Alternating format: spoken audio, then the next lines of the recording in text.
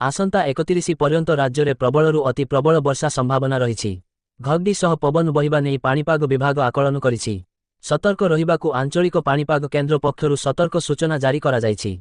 आसंता काली पाई 4 उपकूलवर्ती जिला जगतसिंहपुर, केन्द्रापड़ा, कटक, जाजपुर को orange warning जारी करा जायछि।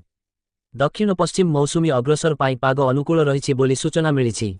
पश्चिम केन्द्रीय संलग्न उत्तर बंगोपसागर में सृष्ट घूर्णिबलय मंगलवार घनीभूत होई लघुचाप रूप नेइछि। एहार प्रभाव में मंगलवार सकाळु राज्यर विभिन्न स्थान में वर्षा जारी रही। मंगलवार एवं बुधवार राज्यर विभिन्न स्थान में प्रबल वर्षा हेब बोली पाणीपाग विभाग पक्षरु पूर्वानुमान करा जायछि। आसंता 30 तारिख जाए वर्षा जारी रही पारे। 28 तारिखरु उपकूल ओडिशा विशेषकर दक्षिण ओडिशा रे वर्षा परिमाण वृद्धि पाइब। एही समयरे पवनर बेग 45 कि.मी मध्यरे रहिब बोली पाणीपाग विज्ञान केन्द्र पक्षरु पूर्वानुमान करा जायछि। सूचना अनुसार मंगलवार राज्यर किछि जिले में घड़घड़ी और पवन सहित वर्षा होई पारे। बुधवार दिन वर्षा और पवनर बेग वृद्धि पाइब। कोरापुट और रायगड़ा समेत मालकानगिरी, नवरंगपुर, कलाहांडी, कंधमाल, गजपति, नुआपड़ा जिला प्रभावित होई पारे।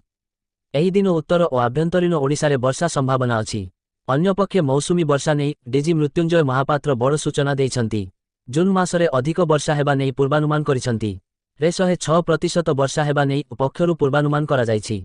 मे मासरे देशरे स्वाभाविकठु अधिक वर्षा होइछि।